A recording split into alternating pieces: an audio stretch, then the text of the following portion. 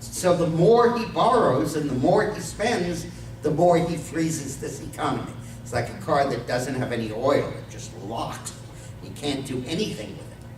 Now it's an easy problem to solve. You just start cutting back on the debt, cutting back on the borrowing, reducing the deficit, and everybody heaves a sigh of relief and feels this is not going to come crashing down upon their heads. And people back off the euro crisis because maybe they'll get through it and the US isn't borrowing that much money. And they back off their insecurity about the dollar and their worry about the American economy, and everybody breathes a sigh of relief. And people start spending and lending and investing and borrowing again. But you need somebody to stop the bleeding. And that is the fundamental thing that Mitt Romney is going to do as president.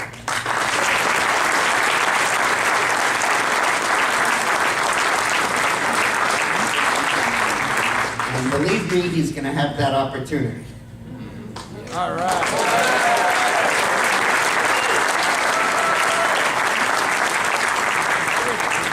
The other day, on Friday, many of you heard this last night on Hannity, I had a look at the polling from the top-level professionals, the guys who I would hire to run a campaign if I were running the Romney campaign. And I looked at the poll. I mean, you look at these published polls, they were registered voters. If I was running a campaign and a guy came in to me and said, I have a poll of registered voters, I would say, why the hell didn't you poll Chinese as well? I'm not very interested in a poll, 45% of whom won't vote. Obama is sweeping that demographic. I mean, man, he is carrying people that won't vote by unbelievable margins. It's the people who will vote that he's not carrying. And that's the fundamental problem in the South. Obama won the last election not by persuading anybody, but by changing the makeup of the electorate, turnout model. Nobody's ever done that since John Kennedy in 1960 encouraged Catholics to vote. Nobody's ever done that. It's an amazing thing that he did.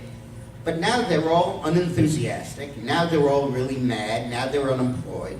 Now they're disillusioned, and he can't replicate the feat. So black turnout, which soared from 11% of the vote to 14%, is going to go back down to 11, where it's always been, might even be 10. Now all the pollsters know that. They get a poll back and they say you're likely to vote, and 10% of the sample says of the blacks, of the sample of blacks who say yes.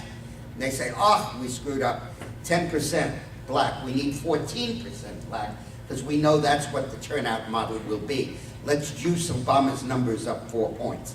That's called weighting. Those pollsters need to go on a diet. So I looked at the real numbers, and let me tell you this. Romney right now is ahead in all the states McCain carried, plus the following states that Obama carried: Indiana, New Hampshire, Wisconsin, North Carolina, Colorado, and one other. No, not Florida. So he's ahead in those states. And with that, he gets 228 electoral votes. He needs 270. Then you get to Florida, where he's 2 behind, Ohio, where he's 1 behind, and Virginia, where he's 2 behind. And Obama's well under 50.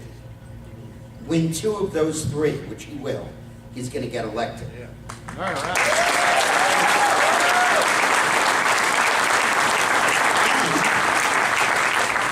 And there are 7 or 8 states where Obama is under 50.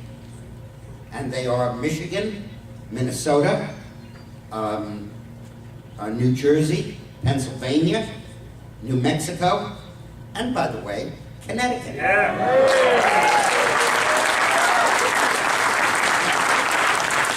want to conduct a little survey here of my own.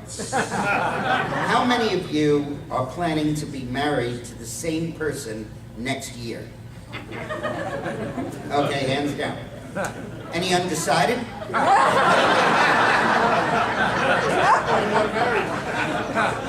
I got a tip for you. If your spouse stuck up their hand and said they're undecided, you got some work cut out for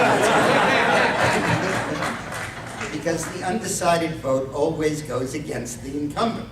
When they're undecided, they have decided that they don't want to be married to the same guy next year. That's what undecided means. And it always goes against the incumbent.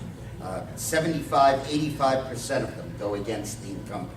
They always have and they always will. So when I look at a poll in Connecticut that shows Obama at 48 and Romney at 38, I'll tell you what will happen. One chance out of 3, Obama carries the state by 1 point. One chance out of 3, it's a tie election, could go either way. They'll win it because they'll steal it. One chance out of 3, we win it by 1 point. Because when an incumbent's at 48% of the vote, he is in tough, tough trouble. And that's Connecticut, I'm talking about.